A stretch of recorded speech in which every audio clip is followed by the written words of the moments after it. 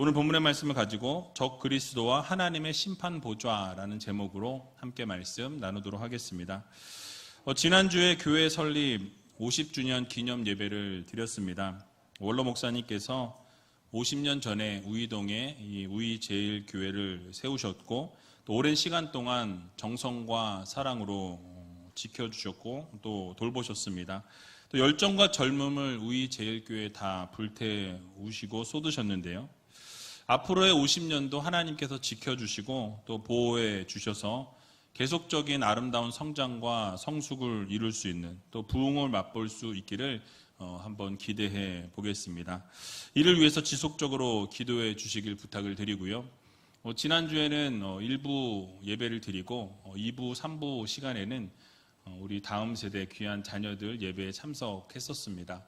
참석해서 들었던 생각은 귀한 자녀들의 예배의 모습들이 또 코로나로 많이 힘들었었지만 이제 회복이 되고 또 정상적으로 돌아오게 되어서 정말 열심히 예배드리고 열정적으로 하나님을 찾는 귀한 자녀들의 모습을 볼 때 얼마나 마음이 뿌듯하고 즐겁고 감사했는지 모르겠습니다. 또 오후 예배가 끝난 이후에 리더 수련회를 1박 2일의 시간 동안 보냈는데 그 시간 동안에도 하나님께서 함께하여 주셔서 귀한 리더들의 교제를 갖고 또 함께 나누면서 섬김의 자리로 내려가기로 함께 결단하고 내려왔습니다. 그래서 우이제일교회가 더욱더 하나님이 기뻐하시는 교회, 하나님이 원하시는 교회, 또 지역 주변에 구원의 방주가 될 수 있는 교회가 될 수 있도록 여러분들이 지속적으로 함께 기도해 주시고 많은 사랑과 관심을 부탁을 드리도록 하겠습니다. 오랜만에 다니엘 말씀을 나누는 것 같은데요. 4월 마지막 주에 다니엘서 말씀을 함께 살펴보았습니다. 그리고 5월 달에는 가정의 달로 가정의 달 주제로 말씀을 나누었고요. 오늘 다시 다니엘 말씀을 함께 나누게 됩니다. 기억하실지 모르겠지만 이 다니엘의 환상 가운데 큰 바다에서부터 4마리의 짐승이 올라오게 되었다라는 것을 말씀을 드렸습니다. 그리고 그에 대한 해석을 간략하게 살펴보면서 세 번째 짐승까지 함께 살펴보았는데요. 오늘은 네 번째 짐승에 대한 설명과 이 하나님의 심판 보좌에 대한 부분까지 같이 한번 살펴보는 시간 갖도록 하겠습니다. 그래서 이 내용을 통해서 하나님께서 우리들에게 허락해 주시고자 하는 이 교훈의 말씀이 무엇인지 같이 한번 생각해 보는 시간을 갖도록 하겠습니다. 먼저 다니엘서 7장 7절에서 8절 말씀 같이 한번 읽어 보겠습니다. 내가 밤 이상 가운데 그 다음에 본 넷째 짐승은 무섭고 놀라우며 또 극히 강하며 또 큰 철이가 있어서 먹고 부서뜨리고 그 나머지를 발로 밟았으며 이 짐승은 전에 모든 짐승과 다르고 또 10뿔이 있으므로 내가 그 뿔을 유심히 보는 중 다른 작은 뿔이 그 사이에서 나더니 먼저 뿔 중에 셋이 그 앞에 뿌리까지 뽑혔으며 이 작은 뿔에는 사람의 눈 같은 눈이 있고 또 입이 있어 큰 말을 하였느니라. 아멘. 자, 넷째 짐승에 대한 묘사가 아주 자세하게 소개되고 있는데요. 이 네 번째 짐승은 로마 제국을 상징한다라고 말씀을 드렸습니다. 대부분의 학자들이 이 설에 대해서 동의하는데요. 특히 강하고 큰 철 이빨을 가지고 있다라고 말씀합니다. 이 부분에 대해서는 지난번에 느부갓네살 왕이 꿈을 꾸었던 부분에서도 이 큰 신상의 꿈을 꿀 때 로마 제국이 바로 다리가 철로 되어 있다라는 것을 이야기 드리면서 말씀을 드렸던 내용과 상응한다라고 생각해 볼 수 있습니다. 자, 그런데 그 짐승의 특징이 무섭고 놀라웠으며 극히 강하였다라고 설명합니다. 또 게다가 큰 이빨이 철 이빨이 있었다라고 말씀하는데요. 그래서 모든 것을 먹어 치울 수 있을 만큼 파괴적인 이 괴력을 가지고 있었다, 강함을 가지고 있었다라고 오늘 성경은 말씀합니다. 또한 발로 모두를 밟았다라는 것은 무엇입니까? 모든 것을 통치 아래, 발 아래 두었다라고 우리는 생각해 볼 수 있겠습니다. 그 로마 제국이 여러 나라들을 점령하면서 이 피지배 백성들을 심하게 박해하였고 이 학대하였다라는 것을 상징하고 있습니다. 실제로 그런 역사적인 사건이 있었고요. 그래서 네로 황제로부터 이 디오클레티아누스 황제에 이르기까지 이 10명의 황제가 기독교를 박해했다라는 증거가 역사적으로 남아 있습니다. 그들이 기독교 박해에 앞장을 섰던 이 황제들이었다라는 사실이에요. 그리고 이 짐승은 전의 모든 짐승과는 다르게 10뿔이 있었다라고 이렇게 오늘 본문은 설명합니다. 그런데 다니엘이 이 10뿔을 유심히 보는 가운데 변화가 있었습니다. 어떤 변화가 있었습니까? 다른 작은 뿔이 그 10뿔 사이에서 이렇게 올라오기 시작했다, 돋아나기 시작했다라고 말씀하죠. 그리고 먼저 있었던 새 뿔이 완전히 뿌리까지 뽑히게 되는 그런 놀라운 일이 일어나게 되었습니다. 게다가 그 작은 뿔에는 사람의 눈 같은 것이 있었고 또 입이 있었는데 그 입이 큰 말을 했다라고 이렇게 설명하고 있는 것이죠. 자, 여기서 언급되고 있는 이 작은 뿔은 세상의 종말에 나타나게 될 이 적 그리스도를 상징합니다. 이 부분에 대해서 신학자들이 함께 동의하고 있는데요. 하지만 이 작은 뿔을 무조건 세상 종말에 나타날 적 그리스도라고 그 적 그리스도만 가르치는 것은 아니다라고 설명을 드리고 싶습니다. 그러니까 종말 이전에도 꼭 종말의 때만 나타나는 것이 아니라 종말 아닌 지금 이 순간에도 오늘날에도 이 다양한 형태의 적 그리스도가 출현하게 된다라는 것이죠. 적 그리스도가 출현하게 되어서 하나님의 교회를 대적하고 성도들을 핍박하는 일들이 일어나게 된다라는 것을 우리들에게 교훈해 주고 있는 말씀입니다. 8절 하반절을 보게 되니까 그 작은 뿔에 입이 있는데 큰 말을 하였다라고 이렇게 소개하죠. 또 이것은 세상에 출현하게 될 적 그리스도의 하나의 특징을 설명하고 있는 부분입니다. 바로 말로 하나님과 하나님의 백성들을 대적하고 또 말로써 어렵게 하고 힘들게 한다라는 것이죠. 또 하나님의 백성들을 미혹하는데 그 말을 사용한다라고 우리들에게 교훈해 주고 있는 것입니다. 물론 그렇다고 말로만 미혹하는 것은 아닙니다. 여러 가지 형태로 여러 가지 모양으로 교회를 공격하고 성도들을 핍박하는 여러 가지 모습이 있겠습니다. 그래서 여기서 큰 말이라는 것은 말뿐만 아니라 적 그리스도에 의해서 조장되어진, 만들어진 어떤 시대적인 흐름, 시대 정신, 시대 사조들을 이야기한다라고 말씀드릴 수 있습니다. 그러니까 이제 쉽게 예를 들어서 여러분들에게 설명을 드리자면 이 반기독교를 표방하고 있는 오늘날의 이런 사조들, 예를 들면 공산주의를 들 수 있겠습니다. 공산주의 사상이나 물질을 하나님같이 여기는 그런 만몬주의 사상, 이런 부분들도 하나님을 대적하는 이 시대적 흐름이고 이 시대적 정신이라고 말씀드릴 수 있겠습니다. 기독교가 표방하는 이 진리의 절대성과 유일성을 부정하는 오늘날의 포스트 모더니즘, 여러분 잘 아시죠? 이 포스트 모더니즘이나 또는 종교다원주의, 모든 종교는 다 하나로 통한다라고 하는 이런 시대적 흐름이 오늘날에도 계속해서 흘러가고 있는 것을 보게 됩니다. 이런 모든 사상들이 반기독교 사상을 가지고 있고 기독교를 핍박하고 어렵게 하고 힘들게 하는 시대적인 흐름이라고 말씀드릴 수 있겠습니다.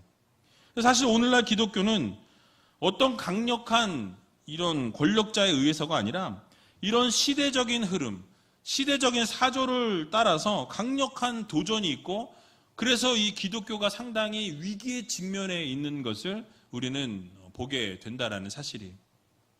즉 오늘날의 기독교는 이런 시대 정신과 이런 시대의 사조로 인해서 세속화되어져 가고 자유화되어져 가는 것을 볼 수 있습니다. 교회 안에 여러분 어떻습니까? 이 자유주의가 들어와 있고 세속화의 바람이 불어서 이 교회 안에서조차 세속화가 물밀듯이 일어나는 것을 보게 됩니다. 교회의 모든 것들과 부딪히게 되는 것을 보게 되죠. 그것이 바로 오늘날의 현실입니다. 주님께서 뭐라고 말씀하셨습니까? 말세에 너의 믿음을 보겠느냐라고 이렇게 책망하시죠. 그 말씀대로 하나님을 대적하고 하나님의 백성들을 미혹하고 핍박하는 적 그리스도의 이런 술책들은 오늘날 우리 이런 흐름들을 볼 때 그들은 성공했다라고 평가해 볼 수 있겠습니다. 그래서 공산주의로 인해서 기독교가 얼마나 피폐해졌고 얼마나 많은 핍박을 받았습니까? 그래서 하나님을 떠나게 되었고 수많은 사람들이 어려움과 고통 속에 살아가고 있는 것을 볼 수 있습니다. 이처럼 반기독교적 사상들은 과거 어떤 교회의 대적들보다 더욱 교묘하게 교회를 피폐하게 만들고 있고 사람들로 하여금 이 기독교 신앙을 멀어지게 하고 반대하게 만드는 그런 역할을 감당하고 있다라는 사실이. 여러분, 이번 코로나로 인해서 여러분 보셨을 거예요. 교회의 이미지가 얼마나 실추되고 이 바닥으로 떨어졌습니까? 이러한 모든 것이 그러한 사상과 사조로 기조로 해서 이렇게 그런 분위기로 이끌어가고 결국 교회의 모든 권위가 바닥으로 내동댕이 쳐지는 그런 일들이 벌어지게 만들었다라는 사실이에요. 여러분, 우리 이런 현실을 직시해야 합니다.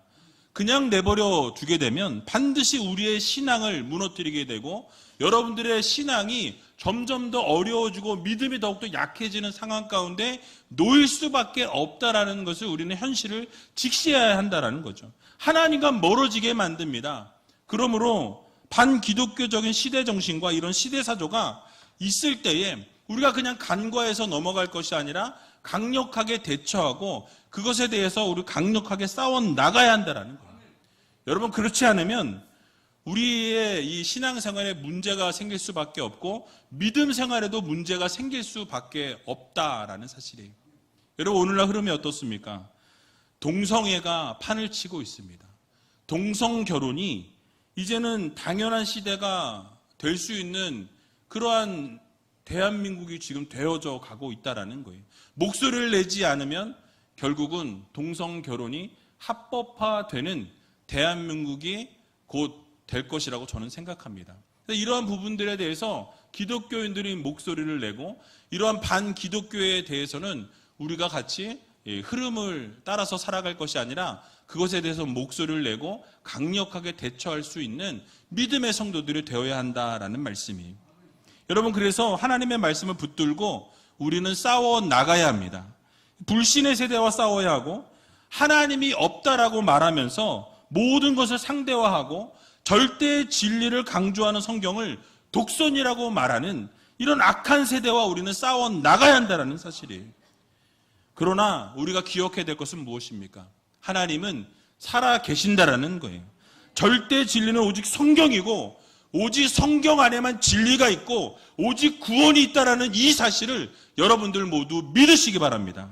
그래서 구원의 길을 발견할 수 있는 것이 오직 성경에만 있다라는 것을 우리가 선포하고 세상 가운데 나아가서 하나님의 말씀을, 이 진리의 말씀을 우리가 선포할 수 있는 담대한 믿음의 성도들이 되어야 한다라는 사실이에요.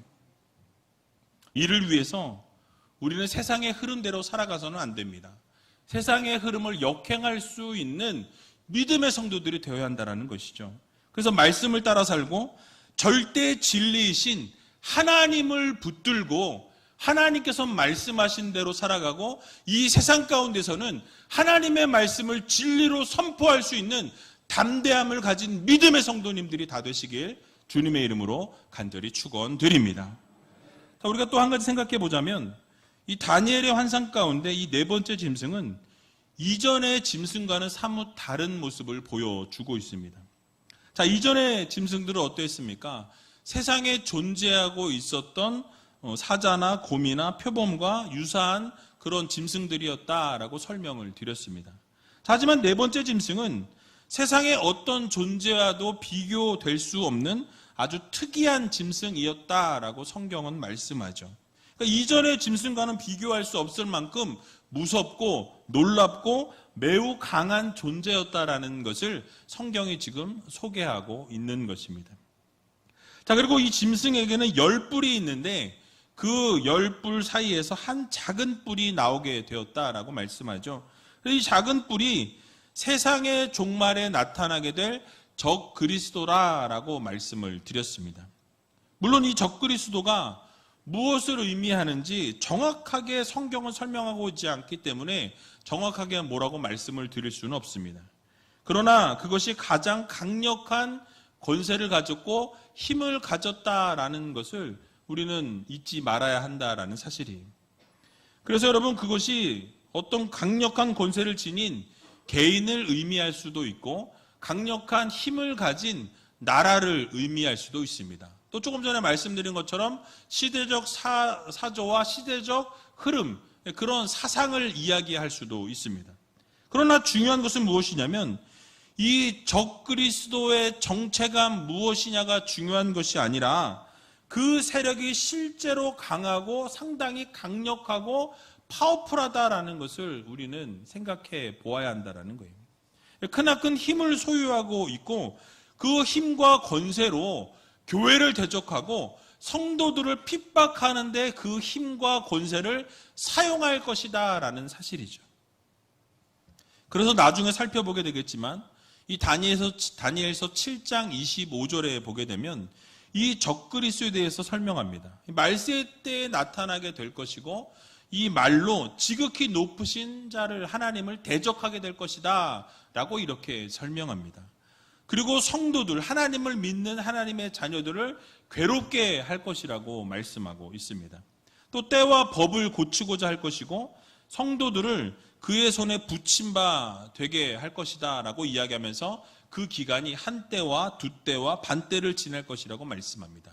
여기서 한 때와 두 때와 반 때를 이야기하는 것은 바로 3년 반을 말씀하는 것이고 요한계시록을 보게 되면 그 요한계시록에 묘사되어 있는 7년의 대환란 가운데 이 후반부에 남은 3년 반을 가리킨다라고 이야기할 수 있겠습니다. 그래서 요한계시록의 말씀과 이 다니엘서 말씀이 거의 일치하는 모습을 보여주고 있다는 사실이에요. 그래서 우리가 요한계시록 13장에 보게 되면 여러분 나중에 시간이 되시면 13장을 한번 읽어보시기 바랍니다. 말세에 나타날 두 짐승에 대해서 설명하고 있는 것을 보게 되는데요. 이 두 짐승에 대한 설명과 이 다니엘의 말씀과 또 일치하는 것을 우리가 보게 되죠. 자, 그래서 오늘 본문에 나오는 작은 뿔은 말세에 나타날 그 두 짐승, 요한계시록 13장에 설명하고 있는 그 짐승 가운데 두 번째 나타날 짐승을 이야기합니다. 그래서 이 짐승은 첫 번째 짐승을 숭배하고 경배한다라고 소개하고 있어요. 이 첫 번째 짐승에게 그리고 경배하지 않는 자들은 어떻게 합니까? 다 죽인다라고 이렇게 이야기하고 있어요. 그래서 이 두 번째 짐승이 첫 번째 짐승을 경배하고 첫 번째 짐승을 경배하지 않는 자들은 그대로 살려두지 않고 모두 다 죽인다라고 요한계시록 13장에 소개합니다. 그리고 뭐라고 또 이야기하냐면 표를 받게 한다라고 이야기하죠. 짐승의 표라고 여러분들이 알고 계신 부분인데요. 그 표를 받지 않는 자들은 매매를 할 수 없다라고 그렇게 소개합니다. 요한계시록에 그렇게 나와 있고요. 결국 666표를 여러분 잘 아시는 것처럼 이야기하고 있습니다. 여기서 첫 번째 짐승은 곧 사단을 이야기합니다. 사단이 첫 번째 짐승이요. 두 번째 짐승은 오늘 본문에서 언급하고 있는 적그리스도를 이야기한다라는 것이죠. 이처럼 적그리스도는 엄청난 힘을 가지고 세력을 가지고 움직이고 있다라는 거예요. 요한계시록에서는 사단에게 경배하지 않으면 누구든지 다 죽이게 되고 매매 자체를 금하게 되고 그래서 살아갈 수 없게 적그리스도들이 만들어낸다라고 그러한 말세가 오게 될 것이라고 우리들에게 경고하고 있는 것입니다. 여러분, 이와 같은 설명을 우리가 생각해 볼 때에 이 적그리스도가 얼마나 힘이 있고 또 얼마나 큰 권세를 가지고 있는지, 얼마나 강하고 무시무시한지를 우리는 생각해 볼 수 있는 것입니다. 또한 이와 같은 적그리스도가 나타나게 될 때에 교회가 얼마나 힘들어질 것이고 성도들이 얼마나 핍박을 받게 되고 어려움을 당하게 될지는 이 눈에 선하게 보이게 된다라는 사실이에요. 즉 말세가 되어서 그 날이 이르게 될 때에 성도들은 결국 죽임을 당하게 되거나 매매를 할 수 없어서 결국 어려움에 처하게 되고 정말 말로 표현할 수 없을 만큼의 핍박을 당하게 되는 것이 말세의 지말에 일어나게 될 현상이라고 성경은 우리들에게 말씀합니다. 여러분, 그래서 믿음을 지키기 어려운 시대가 올 거라는 거예요. 너무너무 힘든 시대가 오게 될 것이고 너무너무 어려운 시대가 오게 될 것이고 결국은 정말로 그 믿음을 지키는 것이 너무너무 괴로운 그런 시대가 말세 지말에 오게 될 것이라고 우리들에게 지금 경고해 주고 있는 것입니다. 그래서 우리 주님께서 말세를 사는 성도들에게 경고하시면서 권면하신 말씀이 있어요. 뭐라고 말씀하십니까? 깨어있으라 말씀하세요. 깨어 기도하라고 말씀하십니다. 마가복음 13장 32절에서 33절에 보면 우리들에게 이렇게 말씀합니다. 같이 한번 읽어보겠습니다.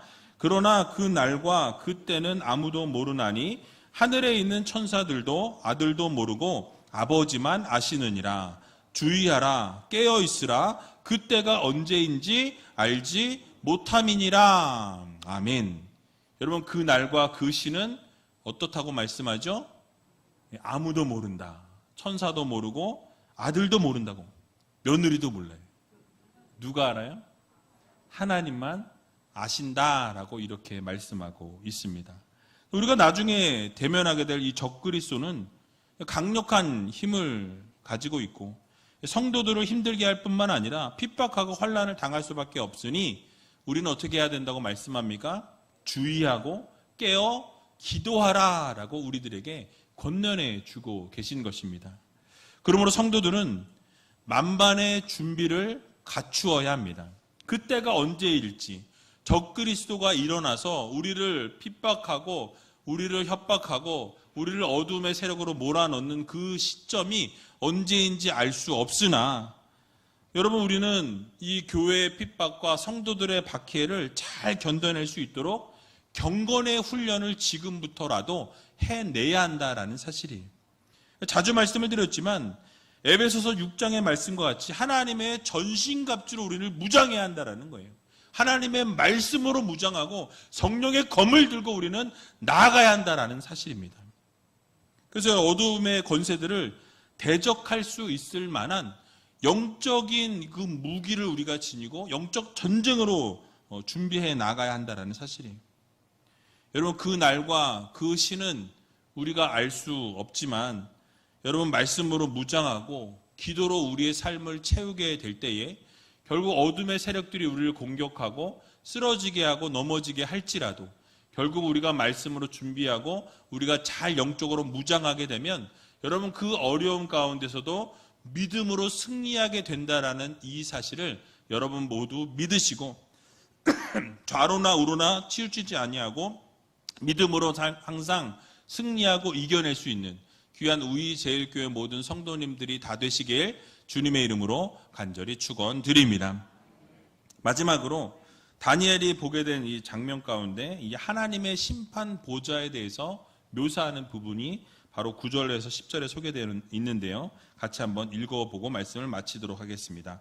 내가 보았는데 왕좌가 놓이고 옛적부터 항상 계시니가 좌정하셨는데 그 옷은 희기가 눈 같고 그 머리털은 깨끗한 양의 털 같고 그 보좌는 불꽃이요 그 바퀴는 붙는 불이며 불이 강처럼 흘러 그 앞에서 나오며 그에게 수종하는 자는 천천히요 그 앞에 시위한 자는 만만이며 심판을 베푸는데 책들이 펴 놓였더라. 아멘. 자, 여러분, 우리가 본문을 계속해서 쭉 읽은 것을 생각해 보면 이 네 마리의 짐승이 나와서 모든 것을 다 정복하는 것처럼 보여졌습니다. 그리고 통치하는 것처럼 보여졌지만 결국 9절과 10절에 보니까 뭘 말씀합니까? 이 세상의 모든 것을 통치하시고 결국 심판하실 이는 누구시라고 말씀합니까? 하나님이시라고 말씀하고 있어요. 그 강력한 어둠의 세력들도 하나님 앞에서, 하나님의 영광 보좌 앞에서, 심판 보좌 앞에서 그들도 결국 심판을 받게 된다라고 우리들에게 분명하게 말씀하고 있는 것을 보게 됩니다. 그래서 여러분, 이 세상은 결국 하늘에서 큰 보좌를 두고 앉아 계신 하나님에 의해서 심판을 받게 된다라는 사실이에요. 하나님으로부터 권세와 영광과 나라를 받으신 우리 예수 그리스도께서 모든 백성들에게 영원히 패하지 않을 나라를 허락해 주시고 부여해 주신다라는 사실을 여러분 모두 믿으시기 바랍니다. 그래서 한 왕좌에 앉은 분이 계신다라고 오늘 설명하는데요. 그곳에는 옛적부터 계시니가 좌정하셨다라고 이렇게 말씀합니다. 바로 그분이 누구십니까? 여러분이 믿고 있는 전지전능하신 하나님 아버지시다라는 사실이에요. 그의 옷은 희기가 눈과 같았고 그의 머리털은 어떻다라고 말씀합니까? 깨끗한 양털과 같았다라고 말씀하죠. 그리고 그 보좌는 어땠습니까? 불꽃이 있었다라고 말씀하고 있어요. 그래서 보좌의 바퀴는 타오르는 불이었고 불이 강처럼 흘렀다라고 이렇게 소개하고 있습니다. 그 보좌도 불꽃이었다라고 말씀하고, 그리고 그 불이 강처럼 흘러서 그 앞에 나왔다라고 말씀합니다. 게다가 그를 섬기는 자가 천천히요, 또 그 앞에 모셔선 자들이 만만이었다라고 말씀하고 있어요. 그리고 그 심판을 베푸시는 그 자리에 책들이 펼쳐져 있었다라고 이렇게 묘사하고 있습니다. 여러분, 여기서 말씀드린 것처럼 왕좌에 앉아 계신 분은 우리 하나님이십니다. 그 하나님의 그 거룩하심과 그 위엄과 그 영광과 높으심을 지금 상징하고 묘사하고 있는 거예요. 그리고 그 심판 법정에는 책들이 펼쳐져 있었다라고 말씀하죠. 여러분, 그 책이 어떤 종류의 책이었습니까? 심판의 책이었다라고 말씀해요. 그러니까 인간의 행위를 선악간에 기록한 행위의 책입니다. 여러분들이 이 세상 가운데 살아가면서 어떠한 삶을 살았는지 모든 것이 다 기록되어져 있는 이런 행위의 책이라고 오늘 성경은 말씀하죠.